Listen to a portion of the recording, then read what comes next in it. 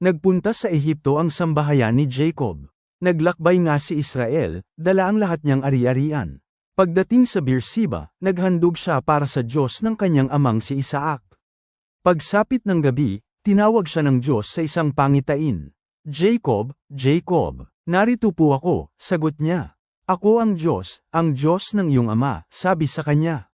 Huwag kang matakot na pumunta sa Ehipto. Doon, magiging isang malaking bansa ang lahi mo. Sasamahan ko kayo roon at ibabalik muli rito.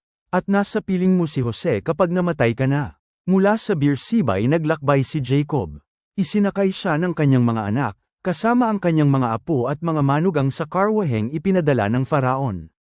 Dinala rin nila sa Ehipto ang kanilang mga kawan at kagamitan mula sa Canaan.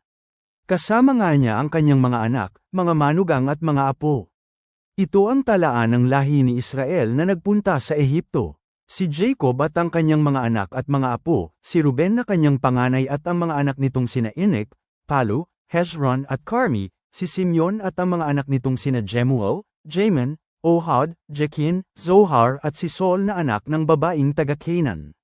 Si Levi at ang mga anak nitong sina Gershon, Kohat at Merari, si Judah at ang mga anak nitong sina Sela, Phares at Zara. Namatay si at Onan sa Canaan. Ang mga anak ni Phares na sina Hezron at Hamel. Si Isakar at ang mga anak nitong sina Tola, Pua, Job at Simran. Si Zebulun at ang mga anak nitong sina Sered, Elon at Joel.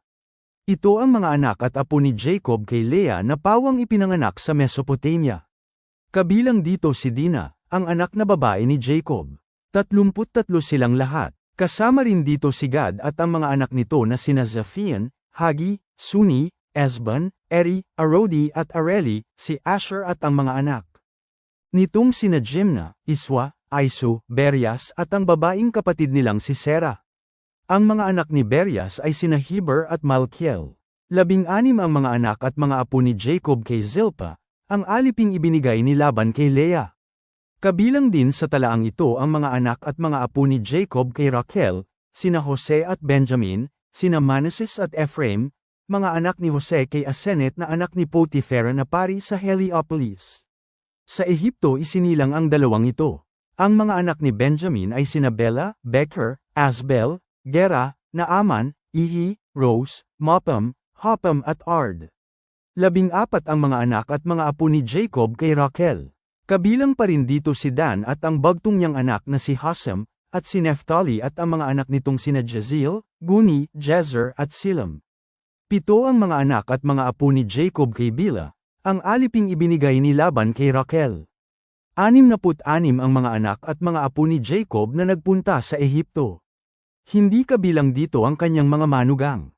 2 ang naging anak ni Jose sa Ehipto, kaya ang kabuuang bilang ng sambahayan ni Jacob na natipon doon ay 70.